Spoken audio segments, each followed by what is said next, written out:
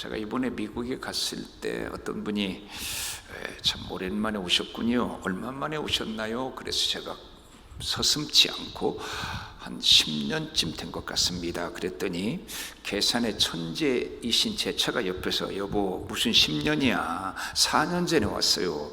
들어보니까 아내의 말이 맞았어요. 근데 왜 4년이 10년처럼 느껴졌을까? 무엇이 그렇게 세월을 길게 느끼게 했을까 생각하니까 두 가지 때문이라는 생각이 들어서, 하나는 저의 은퇴 문제로 인한 제 마음의 고통이고, 그리고 하나는 바로 우리가 이렇게 힘들어하는 코로나 때문이라고 생각합니다. 코로나와 함께한 지난 2년은 10년처럼 긴 시간이었음이 분명합니다. 지루하고 긴 고통의 2년이었는데 아직도 그 끝이 선명하게 보이지는 않습니다. 제 70년 생애에 코로나의 전과 후처럼 많은 것들이 180도 변해버린 것을 또 경험할 수 있을까 생각됩니다.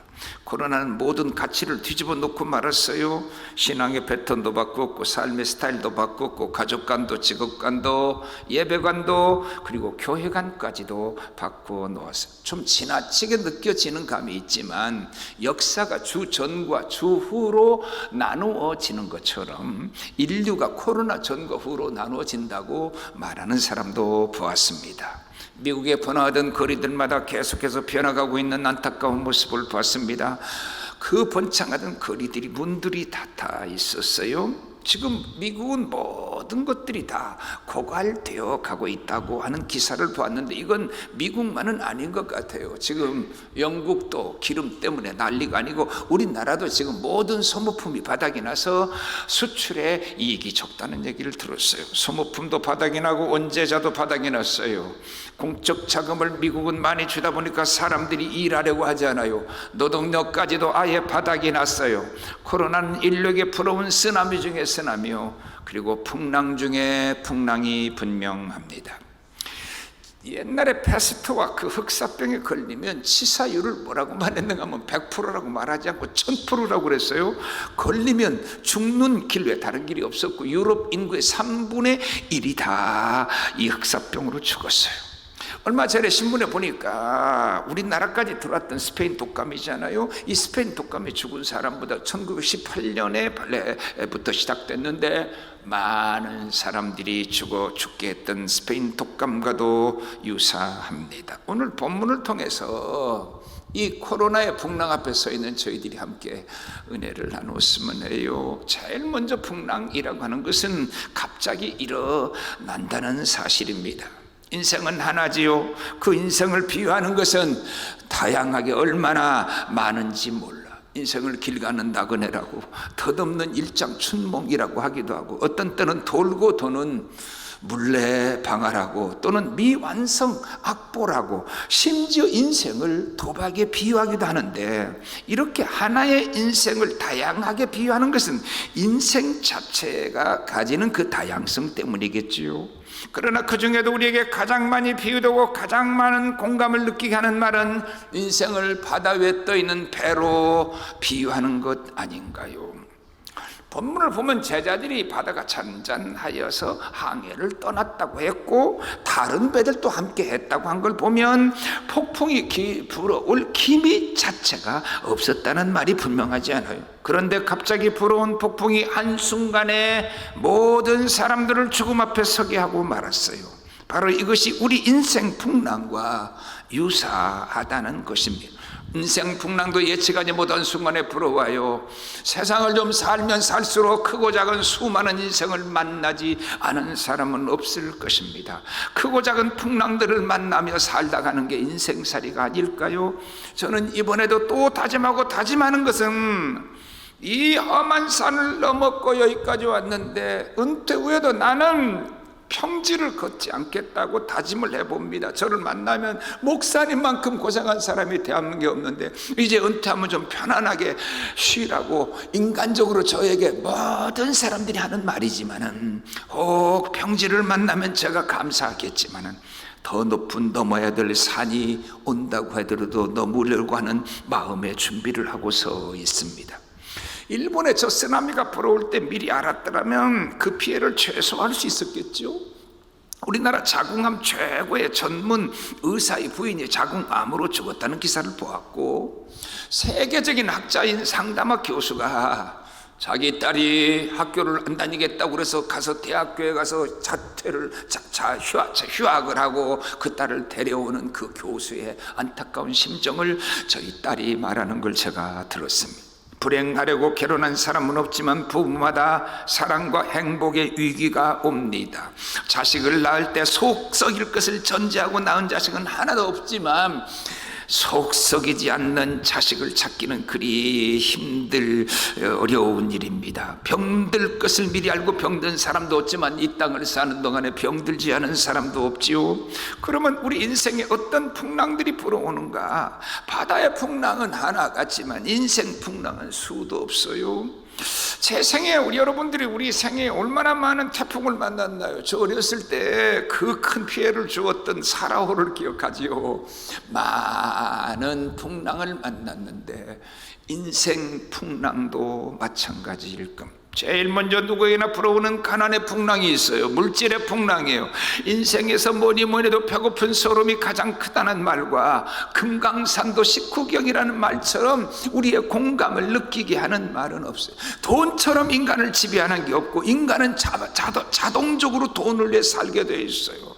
사람마다 일평생 무엇을 먹고 살아야 될까, 이러다가 우리 가족들이 다 굶어 죽지 않을까 하는 불안과 도전을 받아보지 않은 사람은 아무도 없을 것입니다. 가난한 풍랑 하루아침에 가족들이 뿔뿔이 다 흩어져서 어디서 사는지도 모르고 수십 년 동안 살아가다가 만나는 경우를 많이 보았어요. 돈 하나 떨어지면 저 탕자가 그랬듯이 하루아침에 내 주변에 놀던 친구들은 안개처럼 어디론가 다 갑질을 감추고 맙니다.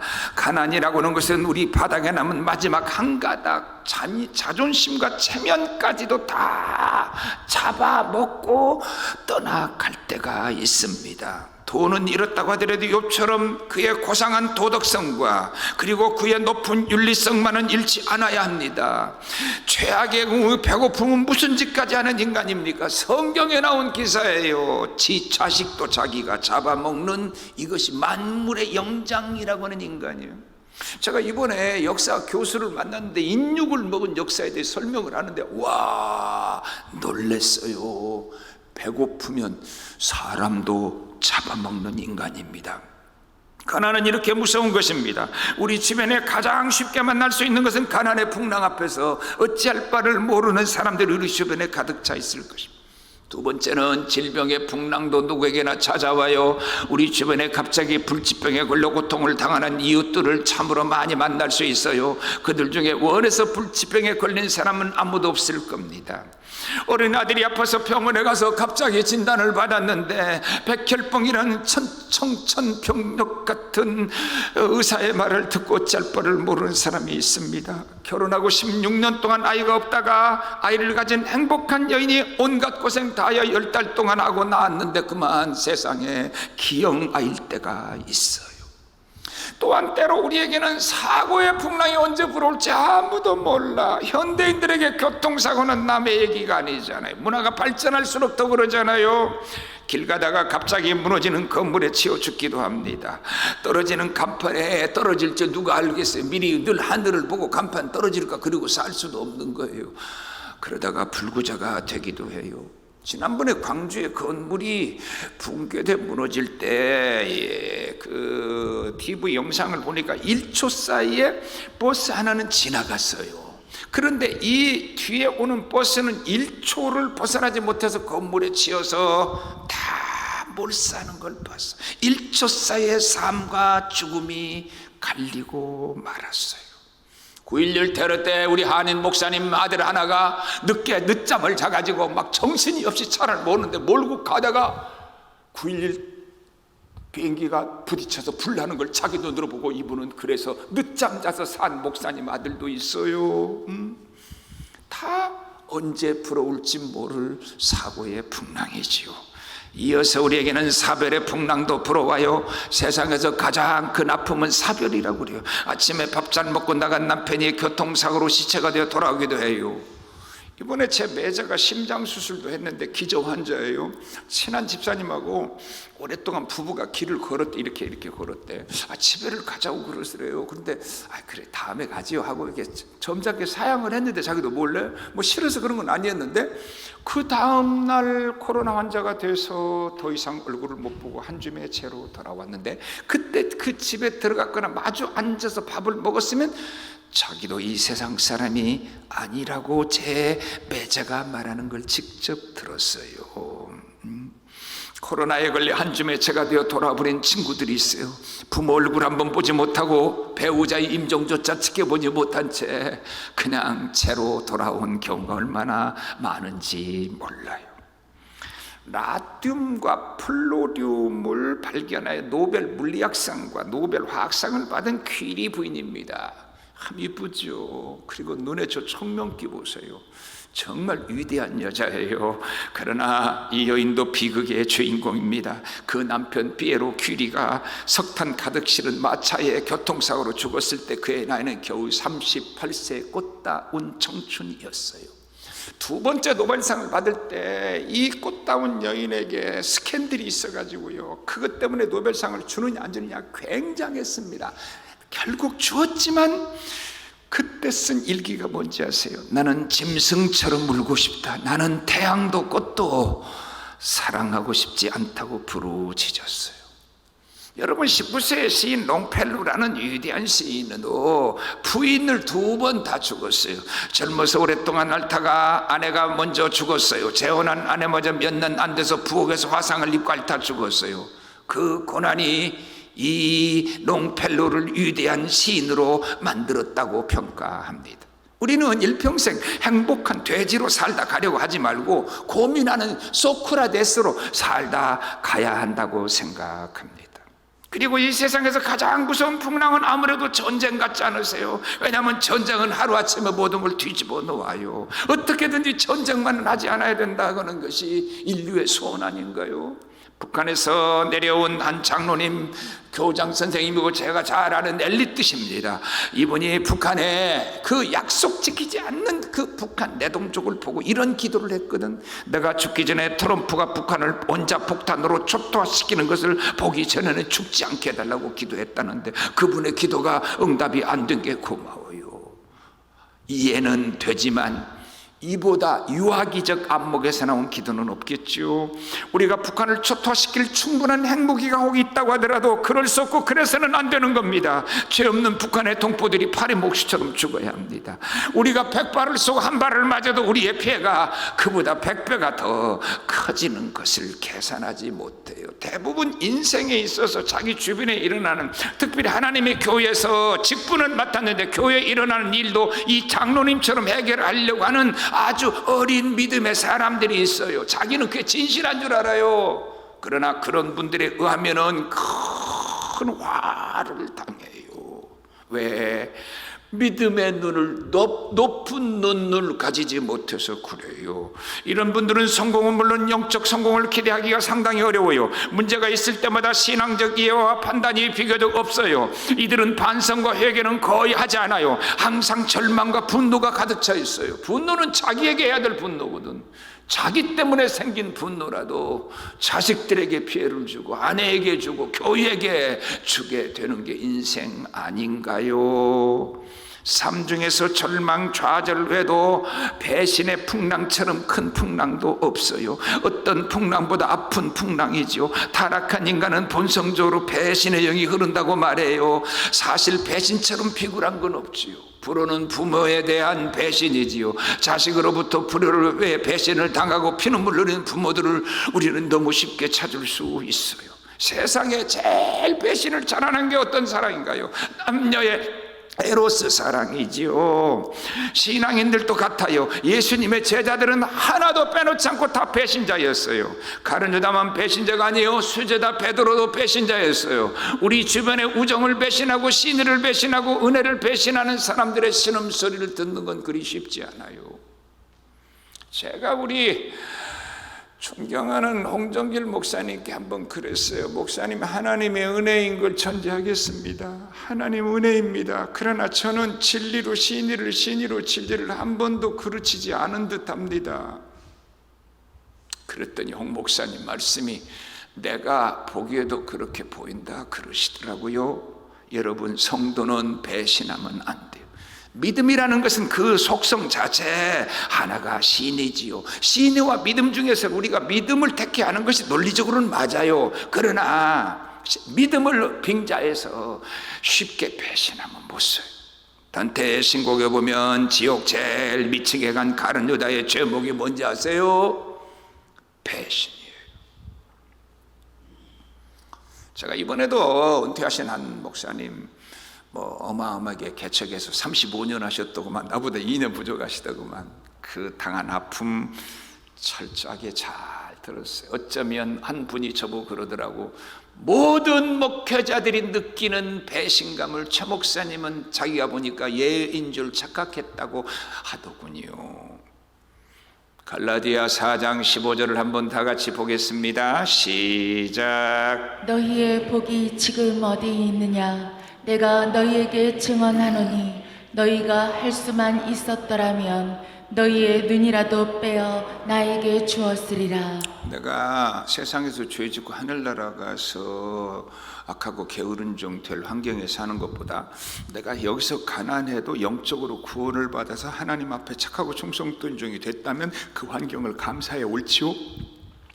무능한 남편 만났어도 예수 믿어서 구원받고 좋아하는 여인들 많이 봤어. 이 땅에서 나에게 사도 바울 같은 사람 만나서 구원받으니까 뭐라고 말해요? 눈이라도 빼서 줄 것 그 사람 했다 그랬어. 제가 여러분 어린아이들 안고 꼭 농담처럼 그 아이 놔줬으면 좋겠다고 내가 자주 하잖아요. 제가 어떤 집사님에게 그 아이 져주시지요. 그래서 난 농담스럽게 했는데 진담으로 대답을 하셨어요. 뭐라고 하는지 아세요? 목사님이 원하시면 드려야죠. 잊을 수 없어요. 오늘 본문에 큰 광풍이라 그랬는데 헬라 말로는 이걸 메가렐라라고 되어 있는데 영어로 이 메가톤이라는 말이 바로 여기서 나왔어요. 우리 인생에는 이 메가톤 광풍이 찾아와요. 어떤 것도 이 메가톤 풍랑은 그의 경험도 지식도 무엇으로도 막을 수가 없어요. 아무리 배가 크다고 막지 못해요. 우리가 풍랑을 만나면 반드시 배워야 될 교훈이 있어요. 얼마나 내가 나약한 존재인가, 인간이 얼마나 나약한 존재인가, 그리고 그에 따라서 자연히 겸손을 배워야 돼요. 누구나 다 만나는 풍랑인데 인간의 나약함도 깨닫지 못하고 겸손은 찾을 수 없다면 잘못 산 것이고 잘못 풍랑을 해결한 사람이에요. 인간이 참으로 나약한 존재입니다. 풍랑은 자신의 경험이나 지식이나 돈이나 권력까지도 아무 소용이 없습니다. 세계 최고의 경제 대국 일본도 쓰나미 앞에 무릎을 꿇을 때는 아무것도 못했어. 지난번에 비가 1000mm 왔더구만. 뉴욕은 뭐라고 말한지 아세요?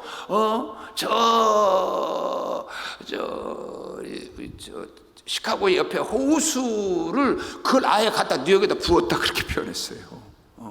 그러니까 모든 지하철이 그냥 다 물로 가득 차서 많은 사람이 죽었어요. 풍랑은 자신의 경험이나 지식이나 돈이나 권력까지 무가치한 것으로 만들어요. 돈을 의지하고 큰소리치고 살다가 돈으로 해결할 수 없는 큰 광풍을 만나면 돈으로는 구원을 받을 수 없구나 하는 걸 깨달아야 돼요. 그리고 그 돈을 그때부터 바르게 쓸 수 있는 지혜가 생겨요. 내 지식 의지하고 살다가 지식으로 해결할 수 없는 광풍을 만나면 내 지식이 얼마나 아무것도 아닌가를 고백하고 깨닫고 하나님 더 의지해야 돼요. 인간은 개미떼와 같아요. 저 개미떼 죽었다고 장례 치러주나요? 지나가다 밟고 가서 죽어도 아무도 몰라요. 개미 같은 거 누가 소중히 여겨주나요? 작은 물만 흘러와도 개미는 홍수가 돼요. 작은 바람만 불러도 바람에 날아가요. 우리 어렸을 때 아이들이 개미집을 보면 꼭 거기다 소변을 보아서 이는 개미에게 치명적인 홍수지요. 그것도 아주 뜨거운 홍수겠지요.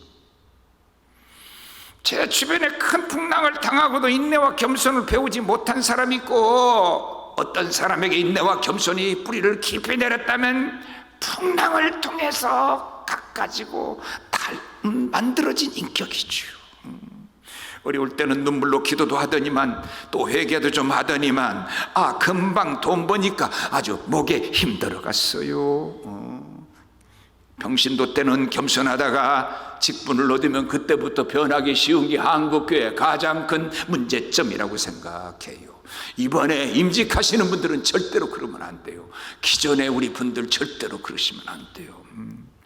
천문학적인 등록금을 내고도 학교 졸업 못해서 인생 망가져버린 사람 제가 봤어요. 감기 끝에 항체를 얻지 못하고 오히려 몸만 약해져서 오히려 더 심한 감기에 걸리는 사람과 같아요.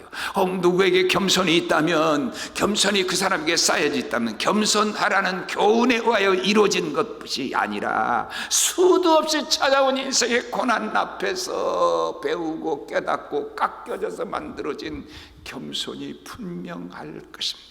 그래서 하나님께서는 계시를 주시지만 예외 없이 어떤 성도들에게도 말씀만 주시지 않고 반드시 고난을 주셨어요.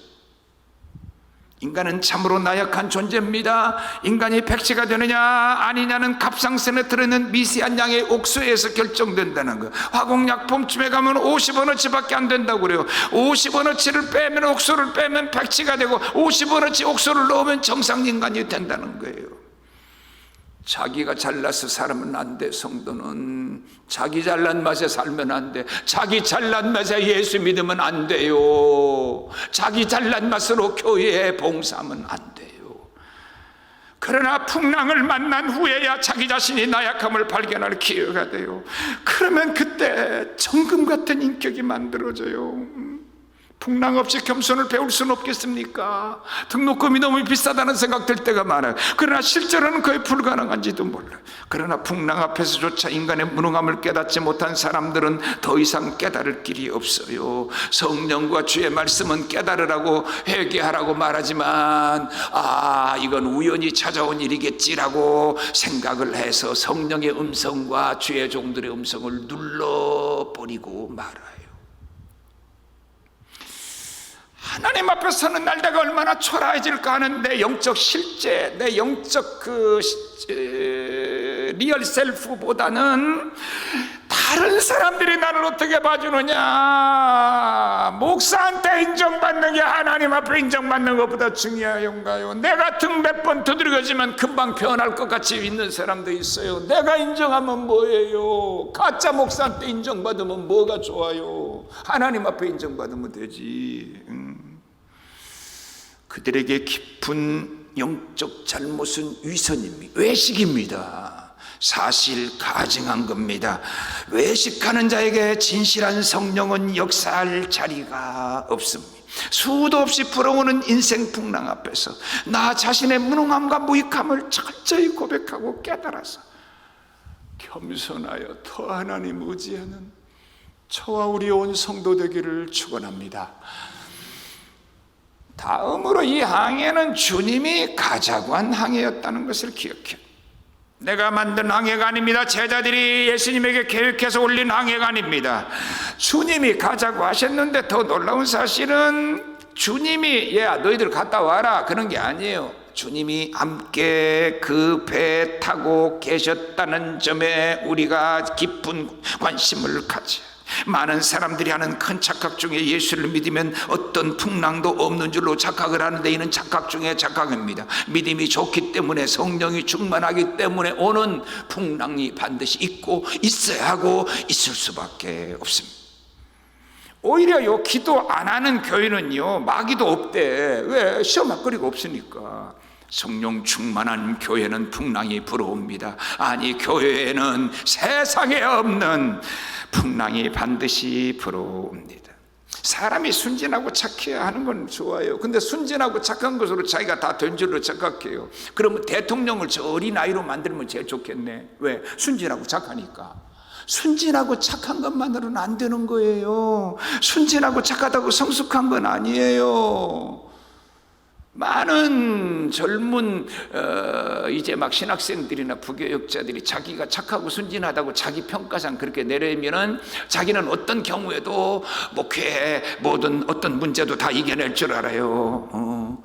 교회에 불어오는 풍랑은 옳고 그름과 상관이 없어요. 무가치한 풍랑이 수도 없이 불어와요. 순진하고 착하다고 성숙한 건 아니니까요.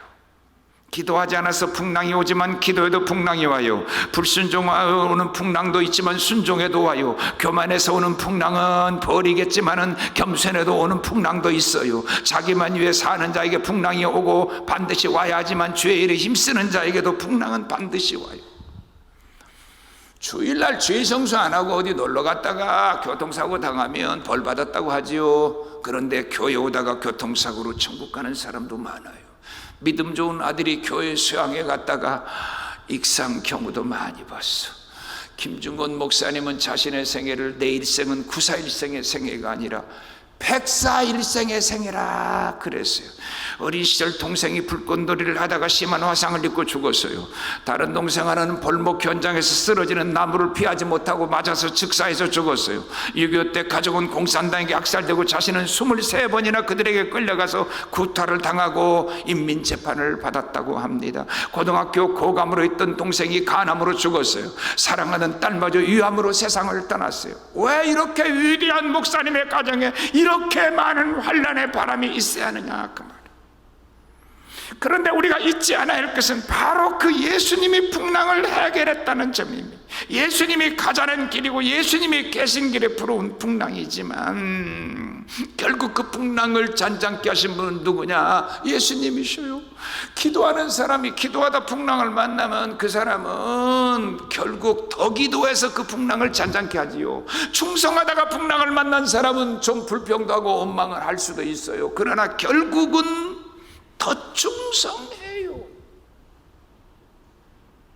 우리 주님은 어떻게 풍랑을 잔잔케 했나요? 꾸짖으셨어요. 예수님께서 꾸짖으셔서 풍랑을 해결하셨어요. 여기 풍랑을 해결한 꾸짖음의 대상은 둘인데 하나는 제자들이고 그리고 하나는 바다였어요. 여러분, 바다가 풍랑이 이런다고 바다를 꾸짖을 일이 있나요? 바다가 뭐 인격인가요? 그런데요, 제자들을 꾸짖는 건 더 이해가 안 돼. 이게 이해가 돼야 그 사람이 하나님의 사람이고 성숙한 사람. 40절 다 같이 봅니다. 시작. 이에 제자들에게 이르시되 어찌하여 이렇게 무서워하느냐? 너희가 어찌 믿음이 없느냐 하시니. 마태복음에서는 두 가지를 묶어서 했어요. 여기서는 시간차로 반대로 했는데 마가복음에서는 마태복음 8장 26절 봐요. 시작. 예수께서 이르시되 어찌하여 무서워하느냐? 믿음이 작은 자들아 하시고 곧 일어나사 바람과 바다를 꾸짖으시니 아주 잔잔하게 되거늘. 여기 제자들을 꾸짖었다 이렇게 말은 안 했지만 제자들을 책망하신 게 분명하고요. 꾸짖으신 거예요. 근데 왜 꾸짖으셨죠? 제자들의 그 두려움 속에 불신앙이 있었기 때문에 그래요. 많은 사람들이 이걸 이해를 못해요. 제자들에게 바다의 풍랑보다 더 큰 불신앙의 풍랑이 일어났거든. 어떤 사람은 그게 객관적으로 10의 풍랑인데 100의 풍랑처럼 그 입을 통해서 확대돼요. 일부러 더 확대를 시켜. 사람들이 그럽다 그러면서. 뭐가 사람들이 그래? 지가 듣고 싶은 소리만 하니까. 나한테는요, 나쁜 소리 와서 하는 사람 없거든. 왜? 안 들어주니까. 그 귀가 나쁘니까 나쁜 사람이 와서 나쁜 말을 하면 잘 받아주니까 오는 거거든. 사탄 마귀의 소리를 안 들어봐. 마귀가 와서 무슨 한마디라도 하나 말 안 해요. 불평꾼에게 불평꾼이 찾아와요. 저는 길 가다가 술집 앞을 우연히 지나게 됐는데 술집 여자가 가로막고 나에게 말하면 그 다음날 제가 회개를 많이 했습니다. 문제는 믿음입니다. 믿음이 있는 사람은 풍랑 속에도 잠을 잘 수 있지만 믿음이 없는 사람은 풍랑이 없어도 풍랑이 일까 봐서 잠을 잘 수 없습니다. 제자들에게 일어난 마음의 풍랑은 바다의 풍랑보다도 훨씬 더 컸습니다. 여기 심히 두려워하더라. 이 심이라는 말도 바로 메가톤급 두려움을 말해요. 제자들의 마음의 두려움은 바다의 풍랑만큼 컸다는 것입니다. 인간적으로 당연한 미움 같아도 그 속에 책망을 들을 것은 그 미움이 불신앙에서 나왔을 때 인간적으로 너무나 당연한 한숨이지만은 하나님께 책망을 듣는 그 한숨 속에 불신앙이 있을 때 그래요. 아니 똑같은 일을 이 사람이 했을 때는 저주를 하셨는데 똑같은 일을 이 사람이 했을 때는 하나님이 용납하시는 경우가 있어요. 사울이 했을 때는 사울을 저주했는데 하나님께서 다윗이 했을 때는 용납하신 경우가. 왜 그런지 아세요? 주님은 보니까 이 속에 불신앙이 있어요. 똑같이 교회를 내 말하는 것 같은데 그 속에 불신앙과 자기 중심적인 요소가 있어요. 악해요 그게.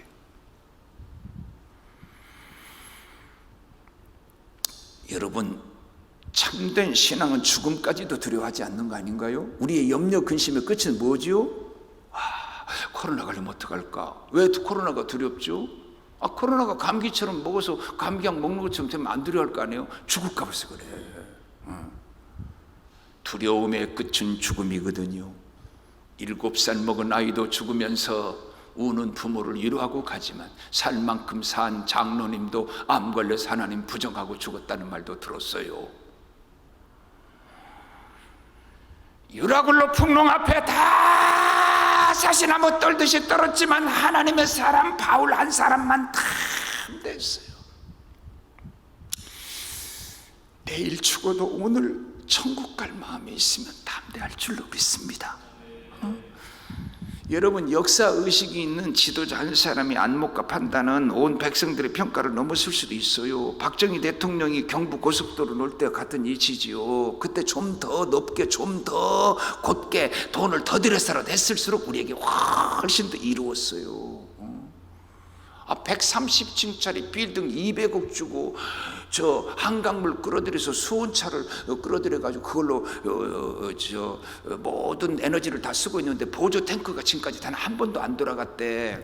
그러니까 앞으로는 200억 들인 돈보다 거기에 들어가는 그동안에 다른 걸로 석유나 이런 것을 에너지 쓰는 것보다 본전을 빼고 앞으로는 몇십 년 쓴 후에는 어떻게 되는지 아세요? 수천억을 남기게 되는 거예요 원래가.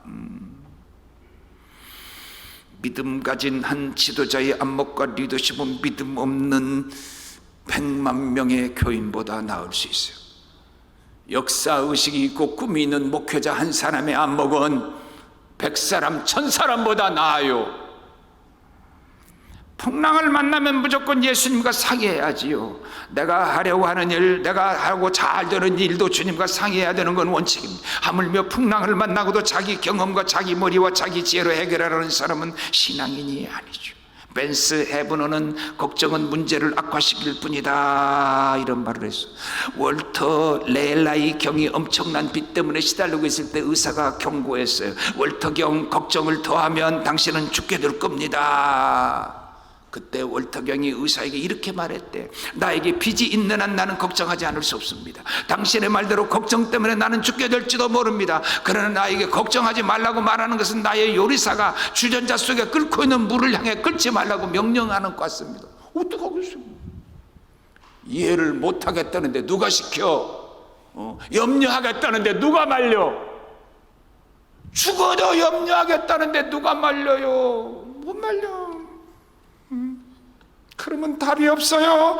신앙인에게 주는 믿음은 바라는 것들의 실상이라는 하나님의 권능을 체험할 길이 없어. 홍해바다가 갈라지는 경험, 골리앗이 쓰러지는 놀라운 경험, 여리고성이 무너지는 경험, 문둥병자가 고침받는 경험, 죽었다가 나사로가 살아나는 경험을 체험할 수가 없어요.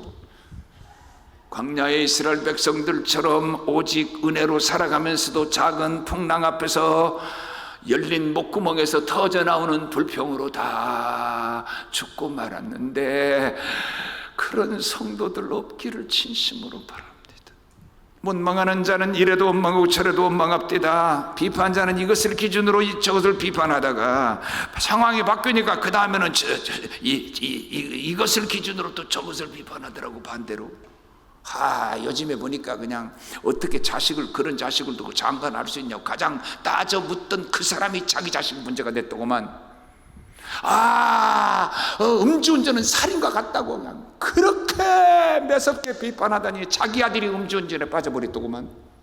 이게 인생들 아닌가요 여러분? 여러분, 교회가 부흥되면 부흥되니까 오는 문제가 있는 거야. 아들을 낳으면 아들을 낳았으니까 병들고 손도 깨지고 손가락도 다치고 그런 거예요. 안 그래요? 아무도 없어봐. 죽지도 않고 사건도 안 생기고. 꼭 이런 분들은 해야 할 일은 하지 말자고 그러고 하지 말아야 할 일을 꼭 하자고 그래요. 여러분, 성도는 미래지향적 꿈을 가지고 살아야 돼. 사람이 단칸방에 살아도 감사하고 행복하게 살아야 하는 거 맞아요. 그러나 단칸방에서 감사하고 행복하게 살려고만 해서는 안 돼. 한편으로 방 2칸짜리를 내다보고 노력하고 꿈을 가지고, 그리고 전략하고 더 돈을 벌려고 하고 은행빚을 써서라도 노력해야지. 사람이 지하실에 살아도 감사하고 행복하게 살아야 하는 건 옳아요. 그러나 지상층을 내다보고 올라가서 노력하고 전략하고 그러면서라도 나아가서 성장하려고 해야 그게 성장하는 거예요. 내가 이 문재인 정권의 부동산 정책이 옳다는 말은 아니에요. 그러나 여러분, 정말이야, 그때 전세권이 가지고 은행을 담보를 해서 샀으면 이번에 다 좋았는데, 우리 교인들 중에 내가 안타깝더라고, 솔직히 말해서. 10원 가지고 빚 없이 사는 사람이 좋은가요? 1조 원짜리 재산을 만들려고 1,000억짜리 빚진 사람이 옳은가요? 여러분, 저 후진국에는 빚도 없어요. 우리 한국교회 8만 교회 중에 50명 미만의 미자립 교회가 7만 교회가 넘는데, 그런 7만 교회는요 빚 하나도 없어. 그러니까 우리 교회 빚이 있다고 생각되면 그런 교회 가시면 안 되겠어? 예? 한번 생각해 보세요. 아니, 여러분이 그래도 우리가 이 건물을 이룬 것에 대한 이자는 우리가 내야 원칙적으로 옳은 거예요. 근데 우리가 진 빚도 다 우리가 한 푼도 이자가 안 나가는데 감사할 일이지 뭘 불평을 해. 불평 안 하려면 7만 교회 20명 미나 모이는 교회 가면 빚도 없다니까 그러네. 그런 소리 하는 사람은요, 인생이 꿈이 없는 인간들이요. 감사를 해야지 불평할 거리가 되는 게 아니잖아요. 얼마나 고생을 많이 해서, 얼마나 많은 수고와 땀을 흘려서 여기까지 왔는데 이제 와서 그걸 불평을 해요? 그건 바다의 풍랑이 일 때 주님에게 들은 책망보다 더 책망들을 일입니다. 이번에 제 친구 우리 교회 와서도 집회를 여러 번 했는데, 정말 성령 충만하고 우리 한국교회 선교에 가장 불을 지핀 한 분의 훌륭한 선교사입니다. 우연히 대화를 했는데, 아침 식사를 하면서 신앙인은 꿈이 없을 수가 없다는 거고, 그러면서 그래요. 자기가 보니까 꿈이 없는 교회, 꿈이 없는 선교사, 꿈이 없는 사람은 다 망하더라는 거예요. 꿈 있는 성도 되기 바랍니다. 우리 자녀들에게 꿈을 심어줍시다. 다음으로 바다를 향해 꾸짖으셨다는 것은 두 번째로 예수님께서 창조주란 말이거든요. 예수님 말 한마디에 풍랑이 멎었어요. 41절 다 같이 봐요. 시작. 그들이 심히 두려워하여 서로 말하되 그가 누구이기에 바람과 바다도 순종하는가 하였더라. 우리가 처음에 예수를 믿을 때는 예수도 믿음을 내 중심으로 믿습니다. 그래도 주님이 우리를 구원하십니다. 근데 성장한다는 건 내 중심에서 주님 중심으로 변하고 바꿔져야 되는 거예요. 근데 우리가 창조주 하나님의 권능과 능력을 고난을 통해서, 기도 응답을 통해서, 말씀 훈련을 통해서 발견하고, 특별히 고난을 통해서 알아야 되거든. 모든 것들을 통해서도 그것이 바꿔져 가야 돼. 저처럼 동물의 왕국을 볼 때도 창조주 하나님의 지혜를 느껴야 돼. 우주의 신비를 내가 느낄 때마다 하나님의 창조의 신비를 저는 느껴져요. 결론입니다. 풍랑은 우리에게 금 같은 연단의 믿음을 줍니다. 재련사에게 물어봤대. 형제여, 당신은 순금이 됐다는 걸 어떻게 알지요? 금을 자꾸 수천도를 끓이면서 불순물이 올라오면 그걸 자꾸 떠내지요. 불순물을 자꾸 걷어내다 보면, 걷어내고 하다 보면 맨 마지막에 그 금 속에 내 얼굴이 선명하게 깨끗하게 비칠 때가 오죠. 그러면 순금이 된 겁니다. 순금이 아니면 내 얼굴이 찌그러지고 이상하게 보입니다. 인생 풍랑의 영광로 속에 들어가서 내게 있는 교만의 못된 찌꺼기들을 걷어내면 그것을 통해서 우리 주님의 찬란하고 선명한 예수님의 모습이 보일 줄로 믿습니다. 믿읍시다. C.S. 루이스는 이런 말을 했습니다. 왜 환난이 있는가? 그것은 대부분의 사람들이 큰 일을 당하기 전까지는 하나님의 음성에 대하여 무관심하기 때문이다. 이런 인생을 향하여 고통은 하나님의 뜻을 전하는 확성기다. 고난을 통해 말씀하시는 확성기를 들어도 못 듣는 사람, 천둥 소리 못 듣는 사람은 모기 소리 못 듣죠. 모기 소리 듣는 사람은 천둥 소리 듣겠지. 고난은 천둥 소리 같은 하나님의 음성이 있어. 근데도 못 깨달아. 성격만 더러워지고 아주 악에 바친 인간으로 바뀌어졌어. 그런 사람 기도다운 기도 안 합니다. 진짜입니다. 모든 것이 원망의 대상이다. 부모도, 지도자도 원망, 교회도 원망. 코로나의 풍랑이 아무리 내 삶을 바꾸고 변화시켰다고 하더라도 주님 바라보는 믿음은 옛날이나 오늘이나 똑같아. 요셉을 감옥에서 국무총리 만드신 하나님, 다윗의 물맷돌로 골리앗을 물리친 하나님, 지금도 동일한 하나님인 줄로 저는 믿습니다. 믿읍시다. 저는 이 예화를 많이 썼지만 또 쓰고 싶어집니다. 이 예화만 말하면 눈물이 납니다. 한 사람이 죽어서 주님 앞에 가서 자기 생애가 다 보이더래. 자기는 사는 날 동안에 혼자 살아온 줄 알았는데 다 보니까 한 발치 뒤에 주님이 따라온 발자국이 있더라는 거야. 그래서 감동을 많이 먹었어. 주님 나 혼자 두시지 않고 따라오셨네요. 그런데 더 놀라운 걸 발견했어요. 자기가 가장 힘든 시간에는 예수님의 발자국이 없는 거예요. 아니 이때는 내가 제일 힘든 때인데 왜 예수님은 그때 어디 가셨나요? 그 발자국은 내 발자국이 아니다. 내 발자국이다. 그때 내가 쓰러져 걸을 수 없어서 대신 내가 너를 업고 갔기 때문에 난 내 발자국이다라고 했단 거 아닙니까?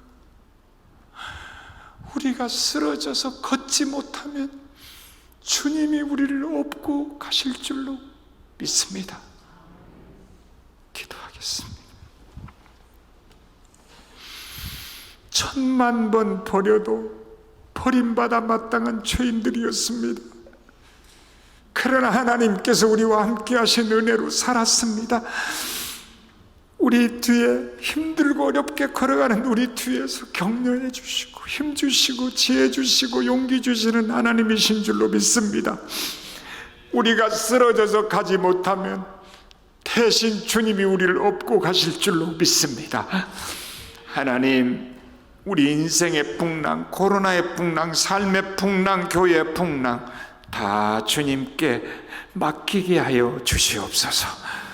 예수님 이름으로 기도하옵나이다. 아멘.